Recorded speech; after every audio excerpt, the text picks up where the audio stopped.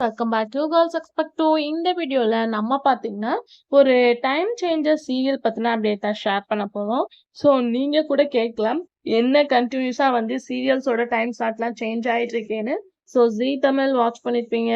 So இப்போ என்ன அப்படின்னு சொல்லிட்டு கேட்கும்போது, ஒரு பாப்புலரான ரியாலிட்டி ஷோ சீரியல் டைமிங்ல டெலிகாஸ்ட் பண்ணிட்டு ஆஃப்டர் சீரியல் வந்து சேஞ்ச் பண்ண போறாங்க. இது ஸ்பெசிஃபிக்கா எந்த சேனல் அப்படின்னு கேட்கும்போது கலைஞர் டிவி. ஸோ கலைஞர் டிவில ரீசெண்டா உண்மையே வெல்லும் அப்படின்ற ரியாலிட்டி ஷோ டெலிகாஸ்ட் பண்ணிட்டு இருக்காங்க. இது டே வைஸ் டெலிகாஸ்ட் பண்ணிட்டு இருக்காங்க. ஸோ இதோட டைமிங் அப்படின்னு பார்க்கும்போது 8:30க்கு சேஞ்ச் பண்ணியிருக்காங்க. ஸோ கரண்ட்லி டெலிகாஸ்ட் பண்ணிட்டு இருந்தா பவித்ரா பார்க்கும்போது 9:30க்கு மாத்திருக்காங்க. ஆல்ரெடி பவித்ராவோட ரேட்டிங் அப்படின்னு பார்க்கும்போது லோவா தான் போயிட்டு இருக்கு 8:30 ஸ்லாட்லயே. ஸோ 9:30 அப்படின்றது எவ்வளோ இம்பார்ட்டன்ட் கொடுக்குற டைமிங்னு உங்களுக்கே தெரியும். ஸோ கண்டிப்பா 9:30க்குலாம் அந்த அளவு நம்ம ரேட்டிங் எக்ஸ்பெக்ட் பண்ண முடியாது. ஆல்ரெடி 0 வந்து 52 சம்திங் தான் போயிட்டு இருக்கு.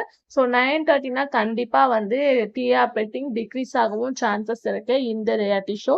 ஸோ ரியாலிட்டி ஷோவும் எடுக்கும்போது வந்து இன்க்ரீஸ் ஆன டிஆர் ரேட்டிங்லாம் இல்லை, அதுவுமே லோவாக தான் இருக்கு. ஸோ சேனல்லே இந்த மாதிரி டிசிஷன் எடுத்துட்டாங்கன்னு தெரியல. மேபி வந்து ரியாலிட்டி ஷோவை சேஞ்ச் பண்ணினா டிஆர் ரேட்டிங் இன்க்ரீஸ் ஆகும் அப்படின்னு சொல்லிட்டு திங்க் பண்ணியிருக்காங்க அப்படின்னு நினைக்கிறேன். நீங்க ரியாலிட்டி ஷோவை வாட்ச் பண்ணிருக்கீங்களா அப்படின்றத மறக்காம கமெண்ட்ல ஷேர் பண்ணுங்க. இதே மாதிரி இன்ட்ரெஸ்டிங்கான வீடியோ தெரிஞ்சுக்கணும் சேனலை சப்ஸ்கிரைப் பண்ணிக்கோங்க.